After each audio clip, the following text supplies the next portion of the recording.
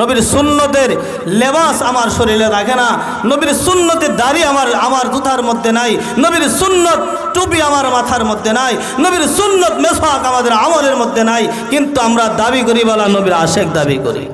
ঠিক কিনা বলেন? নবীর আশেক মুখে মুখে বললেই নবীর আশেক হওয়া যায় না, সাইনবোর্ড লাগাইলে নবীর আশেক হওয়া যায় না। নবীর আশেক তার সাড়ে দিন আর বুড়ির ভিতরে তাকাইলে, তার প্রত্যেকটা অঙ্গ প্রত্যঙ্গের দিক দিয়া তাকাইলে সর্বদিকে নবীর সুন্নতের রঙিন তার দেহ জন হয়ে যাবে। মানুষ মুখ দ্বারা বলতে হবে না আমি নবীর আশেক, মানুষ দেখলেই বুঝবে সে নবীর আশেক। তাহলে নবীর সুন্নতকে যারা মোহাব্বত করবে, নবীজি বলেন মান আহাব্বা সুন্নতি ফাকাত আহাব্বানি, সেজন্য আমি নবীকে মোহাব্বত করলো। আর নবীকে মোহাব্বত করার দ্বারা আমাদের লাভ কি হবে?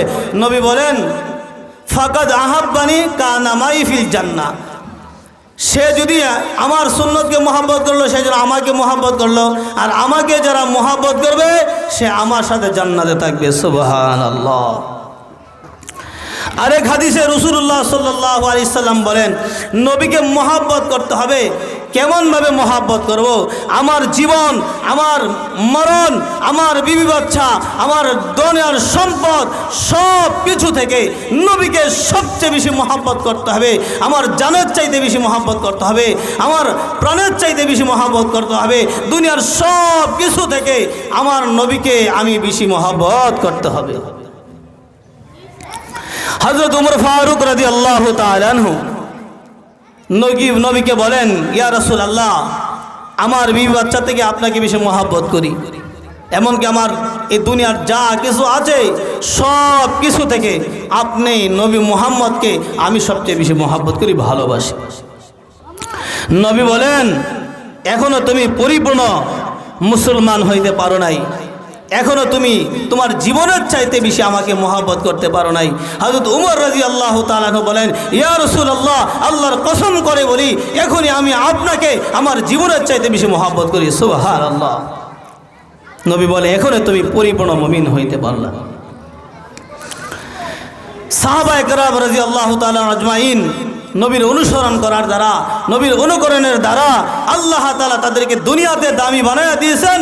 আল্লাহ তাআলা তাদেরকে জান হাসরের ময়দানে সবার আগে বিনা হিসাবে সাহাবায়ে কেরাম জান্নাতে চলে যাবে। সুবহানাল্লাহ। এজন্য আমার ভাইয়েরা, নবীর মোহাব্বত আর ভালোবাসা যদি আমার ভিতরে থাকে, আল্লাহ তাআলা আমাকে আপনাকে ভালোবাসবেন, আল্লাহ তাআলা আমাকে আপনাকে মোহাব্বত করবেন। আর দুনিয়ার মধ্যে আল্লাহ তাআলা ইজ্জত আর সম্মানের দরজা আল্লাহ বাড়াইয়া দিবেন। আর মৃত্যুকালে আল্লাহ রাব্বুল আলামিন আমাকে আপনাকে মরণের সময় আল্লাহ সাহায্য করবেন। আল্লাহ তাআলা ওয়াদা করেছেন, আল্লাহ তাআলা বলেন ইন্নাল্লাযীনা ক্বালু রাব্বুনাল্লাহ, আল্লাহ তাআলা বলেন নিশ্চয় যারা বলবে আমার রব আল্লাহ, জন্ম থেকে নিয়ে মৃত্যু পর্যন্ত এই রবের উপরে যারা অটল থাকবে, ইস্তেকামাত থাকবে, অটল থাকবে, আল্লাহ রাব্বুল আলামিন বলেন আমি তাদেরকে মৃত্যু থেকে নিয়ে কবরের জগতে, হাসরের জগতে, মিজানের জগতে, ফুলসিরাতের জগতে প্রত্যেকটা গাটিতে আমি আল্লাহ তাদেরকে সাহায্য করব। সুবহানাল্লাহ। আল্লাহ তাআলা সাহায্য করবেন। আল্লাহ তাআলা মৃত্যুকালে আল্লাহ রাব্বুল আলামিন আমাকে সাহায্য করবেন। ফেরেশতারা আয়েশা বলবেন, ফেরেশতারা বলবেন হো আল্লাহর বান্দা, আল্লাহ তাআলার কাছে ফেরেশতারা বলবেন ও আমার আল্লাহর বান্দা, তোমার কোনো মৃত্যুর সময় কোনো চিন্তা হবে না, মৃত্যুর সময় তোমার কোনো ভয় থাকবে না, না মরণে ভয় থাকবে, না কবরে তোমার ভয় থাকবে, না হাসরে তোমার ভয় থাকবে, আমরা তোমার সঙ্গী আছি। সুবহানাল্লাহ। ফেরেশতারা আয়েশা কি বলবেন? আল্লাহ তাআলা ফেরেশতাদের পাঠাবেন তাতানাজ্জালু আলাইহিমুল মালাইকা, আল্লাহ রাব্বুল আলামিন মালাইকা ফেরেশতা আল্লাহ তাআলা একজন ফেরেশতা পাঠাবে রহমতের ফেরেশতারা আসা বলেন আল্লাহ তাখাফু, হে আল্লাহর বান্দা তোমার কোনো ভয় নাই, লা তাহজানু তোমার কোনো চিন্তা নাই, ও আল্লাহর বান্দা তোমার মরণে কোনো ভয় নাই, মরণে কোনো চিন্তা নাই, কবরের জগতে তোমার মরণে তোমার কবরের জগতে তোমার ভয় নাই, কবরের জগতে তোমার কোনো চিন্তা নাই। আল্লাহ রাব্বুল আলামিন বলেন তার মরণে শুধু বই থাকবে না, আমি বই মুক্ত করে দিব, কবর তার বই মুক্ত করে দিব, এবং তার মরণের মধ্যে আমি চিন্তা মুক্ত করে দিব, এবং কবর তার চিন্তা মুক্ত করে দিব। আল্লাহ রাব্বুল আলামিন বলেন একজন ইমানদার মুত্তাকি বান্দা যখন কবরের জগতে চলে যায়, তাকে যখন কবরে রাইখা আমরা যখন উপরে উঠে আসি তাকে দাফন করে ফেলি, আল্লাহ রাব্বুল আলামিন বলেন ওই ইমানদার ব্যক্তির কবরে দুইজন ফেরেশতা আসবে, কিরাম মুনকার নাকির ফেরেশতা আসবে। মুনকার নাকির ফেরেশতা আইসা তাকে উঠাইয়া বসাইয়া বলবেন মার রব্বুকা, হে আল্লাহর বান্দা তোমার রবকে, তোমার রবের পরিচয় কি জানো নি? তখন বলবে ওমার দিনুকা, তোমার দিন কি, তোমার দিন ধর্ম কি ছিল তুমি জানো কিনা? তখন বলবেন মান হাজা বইসুকুম ফি, তোমাদের মধ্যে যে নবীকে পাঠানো হয়েছিল নবীর নাম কি, নবীকে চিনো কিনা? হে আমার ইমানদার বান্দা বান্দিরা শুনো, ইমানদার বান্দা যখন কবরে চলে যাবে ফেরেশতারা তিনটা প্রশ্ন করবে। ইমানদার ব্যক্তি এই তিনটা প্রশ্নের আগে ফেরেশতাদেরকে বলবেন ও ফেরেশতারা তোমাদের পরীক্ষা, তোমাদের প্রশ্নের উত্তর পরে দেওয়া হবে। ওই দেখো সূর্য লাল হয়ে গেছে, সূর্যগুলো ডুবে যাচ্ছে, আমার আসরের নামাজ কাজা হয়ে যাবে, আমাকে উজুর পানি দাও, আমি উজু করব, আমার আসরের নামাজটাকে পড়ব, এরপরে তোমাদের প্রশ্নের জবাবগুলো দিব। বলেন সুবহানাল্লাহ। ফেরেশতারা ডাক দিয়ে বলে আল্লাহ এই আজীব, এটা কেমন ব্যক্তি, সে কবর আইসা উজুর পানি চায় নামাজ পড়ার জন্যে। আল্লাহ বলে ও ফেরেশতারা তাকে আর প্রশ্ন করতে হবে না। ফেরেশতারা রে, আমার বান্দা কিছুক্ষণ আগে আমার বান্দা রুকুতে যাইয়া বলেছিল সুবহানা রাব্বিয়াল আযীম, আমার আল্লাহ আমার বান্দা বলেছিল সামিআল্লাহু লিমান হামিদা রব্বানা লাকাল হামদ। সাজদায় গিয়ে আমার বান্দা বলেছিল সুবহানা রাব্বিয়াল আলা। আল্লাহ রাব্বুল আলামিন বলবেন ও ফেরেশতারা আমার বান্দাকে আর প্রশ্ন করতে হবে না, আমার বান্দা কিছুক্ষণ আগে আমাকে রব বলে স্বীকৃতি দিয়ে আসছে। ফেরেশতারা এরপরও আল্লাহর বান্দাকে প্রশ্ন করবে ও আল্লাহর বান্দা বলো না তোমার রবকে। বান্দা বলবে আমার রব হলো রব্বি আল্লাহ, আমার রব আল্লাহ। ওই আল্লাহর বান্দা বলবে আমার রব আল্লাহ। ফেরেশতারা বলবেন ওমা দিনুকা, তোমার দিন কি? আল্লাহর বান্দা বলবেন দীনুল ইসলাম, আমার ধর্ম হলো ইসলাম। সুবহানাল্লাহ। ফেরেশতারা বলবেন তোমার আখিরের নবীর নাম কি? নবীর নাম কি? হাদিসের মধ্যে আসছে আল্লাহ রাসূল সাল্লাল্লাহু আলাইহি সাল্লামের রওজা বরাবর ওই বান্দার কবরটা একটা সুড়ঙ্গ হয়ে যাবে, একটা রাস্তা হয়ে যাবে। ওই আল্লাহর বান্দা কবর থেকে বিশ্বনবী মুহাম্মদুর রাসূলুল্লাহ সাল্লাল্লাহু আলাইহি সাল্লামকে স্বচক্ষে দেখবে।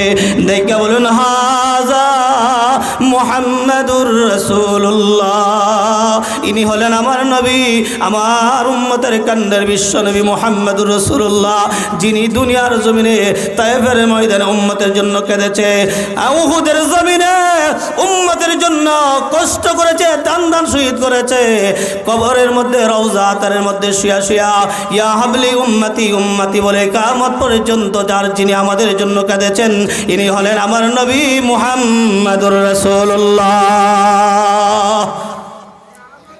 এই তিনটা প্রশ্নের উত্তর যখন আল্লাহর বান্দা দিয়ে দিবে, আমার আল্লাহর পক্ষ থেকে এলান হবে, আওয়াজ আসবে ও ফেরেশতারা আমার বান্দা যা বলেছে সব সত্য বলেছে। সুবহানাল্লাহ। এ ফেরেশতারা জান্নাতের ভিতরে ঢুকো, জান্নাতের ভিতরে ঢুকো। আমার বান্দা দুনিয়াতে অনেক কষ্ট করে আসছে, ঠান্ডার সময় কনকনে শীতের মধ্যে আমার বান্দা রাত্রে আরামের ঘুম হারাম করে দিয়া, লেপ তোষকগুলা ফালাই দিয়া আমার বান্দা ঠান্ডা পানি দিয়া উজু কইরা মসজিদের মধ্যে চলে গেছে ফজরের নামাজ পড়ার জন্যে, আমার বন্দি করার জন্যে। আমার বান্দা দুনিয়াতে অনেক কষ্ট করেছে। এ ফেরেশতারা যা, জান্নাতের ভিতরে ঢুকে যা। আমার বান্দা সাধারণ মাটির মধ্যে শুয়ে থাকবে, এটা আমি আল্লাহ বরদাস্ত করতে পারবো না। সুবহানাল্লাহ বলে সুবহানাল্লাহ। আল্লাহ রাব্বুল আলামিন বলবেন, ও ফেরেশতারা, আমার বান্দা কবরে সাধারণ মাটির মধ্যে শুয়ে থাকবে, আমি আল্লাহর ইজ্জতের কসম এটা সহ্য করতে পারি না। যা, জান্নাতের ভিতরে ঢুকে যা। জান্নাত থেকে একটা আরামদায়ক বিছানা আইনা আমার বান্দার কবরে বিছায়া দাও, আমার বান্দাকে কবরের মধ্যে জান্নাতের ঘুম পাড়ায়া দাও। সুবহানাল্লাহ। আল্লাহ রাব্বুল আলামিন ঘোষণা করবেন, যা যা ফেরেশতারা, আমার বান্দার শরীর থেকে কাপড়ের কাপড়গুলো সরাইয়া, আমার বান্দার পরনে কাপড় সরাইয়া, আমার বান্দার পরনের মধ্যে জান্নাতি পোশাকগুলো পরাইয়া দে। আমার বান্দার জান্নাতি পোশাক পরাইয়া আমার বান্দাকে, আমার বান্দার একজন পায়ের মধ্যে বসে যা, আর একজন তার মাথার দিকে বৈশা কিয়ামত পর্যন্ত আমার বান্দার জন্য মাগফিরাতের দোয়া করতে থাকো। সুবহানাল্লাহ। একজন ফেরেশতা তার মাথার দিকে বসবে, আর একজন ফেরেশতার পায়ের দিকে বসবে, বৈশা ইসরাফিলের সিংহা ফু দেওয়া পর্যন্ত ওই আল্লাহর বান্দার জন্য আল্লাহর কাছে মাগফিরাতের দোয়া করবে এবং ওজিফা পড়তে থাকবে। যত বন্দেগী করবে ওই আল্লাহর বান্দার আমল নামায় জমা হবে। সুবহানাল্লাহ। এজন্য আমার বাবারা, ভাইয়েরা, আল্লাহওয়ালা হতে হবে, ইমানদার হতে হবে, মুসলমান হতে হবে। ইমানদার বলা হয় যারা কালিমা লা ইলাহা ইল্লাল্লাহ মুহাম্মাদুর রাসূলুল্লাহ পড়েছে, সে ইমানদার। কিন্তু মুসলমান হয় নাই। মুসলমান হইতে হলে এই ঈমান আনার পরে সর্বপ্রথম যে আমলটা আসবে, সালাত, নামাজ পড়তে হবে, যাকাত দিতে হবে। যদি তার উপরে যাকাত ফরজ হয়ে যায়, ফরজের বিধান আসে, সে যাকাত হিসাব করে আদায় করে দিতে হবে। তার উপরে যখন হজ ফরজ হবে, সে পবিত্র নগরী হজের জন্য সে পবিত্র নগরী মক্কা নগরীতে চলে যেতে হবে, হজ করতে হবে, যাকাত দিতে হবে, নামাজ পড়তে হবে, এবং অন্য আমলগুলা, অন্য ফরজ আমলগুলা, সুন্নত আমলগুলা, নফল আমলগুলা সে যখন পাবন্দি করবে, সঠিকভাবে আমল করবে, সে মুসলমান হবে। কালিমা বললে মুসলমান হয় না, কালিমা বললে ইমানদার হওয়া যায়। আর ইমানদার মুসলমান ব্যক্তির যারা হবে, ইমানদার যারা হবে, তারা দুনিয়াতে কোনোদিন সুখ শান্তি করতে পারে না। যারা আল্লাহওয়ালা হবে, যারা আল্লাহর হাজ বান্দা হবে, তারা দুনিয়াতে কষ্ট করবে। এই দুনিয়াটা হলো মুমিনের জন্য, ইমানদারের জন্য হলো জেলহানা, কষ্টের জায়গা। রাসূলুল্লাহ সাল্লাল্লাহু আলাইহি সাল্লাম হাদিস শরীফের মধ্যে বলেন, আদ-দুনিয়া সিজনুল মুমিনিন ওয়া জান্নাতুল কাফিরিন। এই দুনিয়াটা হলো মুসলমানের জন্য, ইমানদারের জন্য কষ্টের জায়গা। মুসলমান ইমানদার দুনিয়াতে অল্প দিন কষ্ট করবে, সহ্য করবে। মৃত্যুর পরে অনন্ত অসীমকাল, যেই কালের শুরু হবে কোনোদিন শেষ হবে না। আল্লাহ রাব্বুল আলামিন ইমানদার ব্যক্তিকে পরকালে আল্লাহ তাআলা জিন্দা করে আল্লাহ তাআলা তাদেরকে জান্নাতে দিবেন। জান্নাতে দেওয়ার পরে ওই আল্লাহর বান্দা আর কোনোদিন জান্নাত থেকে বের হবে না। ওই আল্লাহর বান্দার আর কোনোদিন মরণ হবে না। আল্লাহ রাব্বুল আলামিন বলবেন, ও জান্নাতীরা, তোমরা জান্নাতের নিয়ামত ভোগ করতে থাকো। ও জান্নাতীরা, তোমরা জান্নাতের নিয়ামত ভোগ করতে থাকো। জান্নাতের ভিতরে তোমরা সফর করতে থাকো, আনন্দ ভর্তি করতে থাকো। ও জাহান্নামীরা, তোমরা জাহান্নামের আগুনে জ্বলতে থাকো। ও জাহান্নামীরা, তোমরা জাহান্নামের ভিতরে আযাব ভোগ করতে থাকো। ও জাহান্নামীরা তোমরা আযাব ভোগ করতে থাকো। তখন জাহান্নামীরা বলবে, হায় আল্লাহ, আমরা যে নিদারুণ কষ্টের মধ্যে আছি, যে আযাবের মধ্যে আছি, সহ্য করার মতন ক্ষমতা নাই। আল্লাহ, যদি মরে যেতাম, আমাদের যদি মৃত্যু হয়ে যেত, তাহলে আমরা এই জাহান্নামের আগুন থেকে, আযাব থেকে আমরা রেহাই পেয়ে যেতাম। জাহান্নামীরা আকাঙ্ক্ষা করবে, হায় হায়, যে আযাব, যে কষ্ট আমরা জাহান্নামের মধ্যে ভোগ করতে আছি, যদি আমরা মরে যেতাম তাইলে আমরা আযাব থেকে, কষ্ট থেকে রেহাই পেয়ে যেতাম। বলেন, আর কোনোদিন মরণ হবে? আর কোনোদিন মরণ হবে না। জান্নাতীরা মনে মনে চিন্তা করবে, যেই সুখ, যেই শান্তি আমরা জান্নাতের মধ্যে পাইছি, যদি মরে যায়, যদি মৃত্যু হয়ে যায়, এই সুখ শান্তিগুলো আমাদের কাছ থেকে হাতছাড়া হয়ে যাবে। এই দুইজনের কথা আমার আল্লাহ তাআলা শুনতে আছেন। আল্লাহ তাআলা শোনার পরে আল্লাহ তাআলা বলেন, ও ফেরেশতারা, যেই বান্দারা জাহান্নামীরা চিন্তা করে যদি মরে যায়, তাহলে জাহান্নামের আগুন, তার আযাব, কষ্ট তারা লাগমান হবে। তার কষ্ট কি হবে? একটু তারা কষ্ট থেকে রেহাই পেয়ে যাবে। জান্নাতীরা বলতেছে, যদি জান্নাতের মধ্যে যে সুখ শান্তি তারা পাইছে, যদি মইরা যা, তাহলে জান্নাতের সুখ শান্তি তারা হাতছাড়া হয়ে যাবে। আল্লাহ রাব্বুল আলামিন ওই মরণটাকে নিয়ে যারা চিন্তা ফিকির করতে আছে, আল্লাহ এই মউতটাকে একটা প্রাণীর সুরতে আকৃতি বানাইয়া জান্নাত এবং জাহান্নামের মাঝখানে আল্লাহ তাআলা উপস্থিত করবে। উপস্থিত করে আল্লাহ তাআলা ঘোষণা দিবেন, ও জান্নাতীরা শুনো, ও জান্নাতীরা শুনো, তোমরা যে মরণ নিয়ে চিন্তা করতে আছো, এটা হলো মরণ। ও জাহান্নামীরা, তোমরা যে মরণ নিয়ে চিন্তা করতে আছো, যদি মইরা যাও, যদি মইরা যাইতা, তাহলে এই জাহান্নামের কষ্ট থেকে, আযাব থেকে তোমরা রেহাই পেয়ে যাইতা। ও জাহান্নামীরা, এটা হলো কি জানোনি? এটা হলো মওত। ও জান্নাতীরা, ও জাহান্নামীরা, তোমরা দুইজন সাক্ষী থাকো, তোমাদের মাঝখান নাই না, আমি আল্লাহ মওতটাকে নিয়ে, মওতটাকে আমি কুদরতিভাবে ধ্বংস করে দিলাম, জব করে দিলাম। সুবহানাল্লাহ। ভাই, আল্লাহ তাআলা মওতটাকে কি করে দিবেন? জব করে দিবেন, ধ্বংস করে দিবেন। আল্লাহ বলবেন, আর কোনোদিন তোমাদের মরণ হবে না। হে আমার বাবারা, ভাইরা, ইমানদার ব্যক্তি, আল্লাহওয়ালা যারা হবে, তারা রাত্রে ঘুমায় না। এশার নামাজের পরে মানুষগুলো তিন ভাগে বিভক্ত হয়ে যায়। মানুষগুলো তিন ভাগে বিভক্ত হয়ে যায়। এক ভাগ এশারের নামাজ পড়া তারা ঘুমের ঘরে ঘুমায়া যায়, কোনো গুনাহ করে না, নেক কাজও করে না। আরেক শ্রেণীর লোক এশার নামাজ পড়া চুরির মধ্যে লিপ্ত হয়ে যায়, রাত্রে কি হয়ে যায়? চুরির মধ্যে লিপ্ত হয়ে যায়।